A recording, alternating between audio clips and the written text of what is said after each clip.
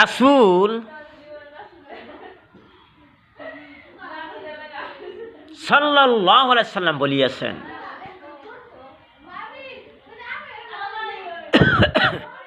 যে পর্যন্ত তোমরা ঈমান না আনতে পারো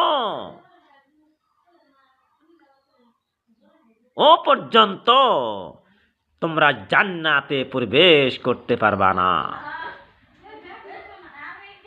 গতিকে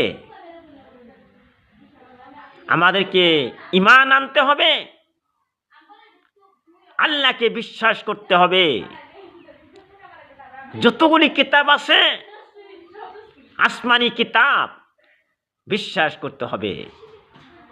মৃত্যুর পরে আবার যে জীবিত হবে মানুষ, তার প্রতি ঈমান আনতে হবে।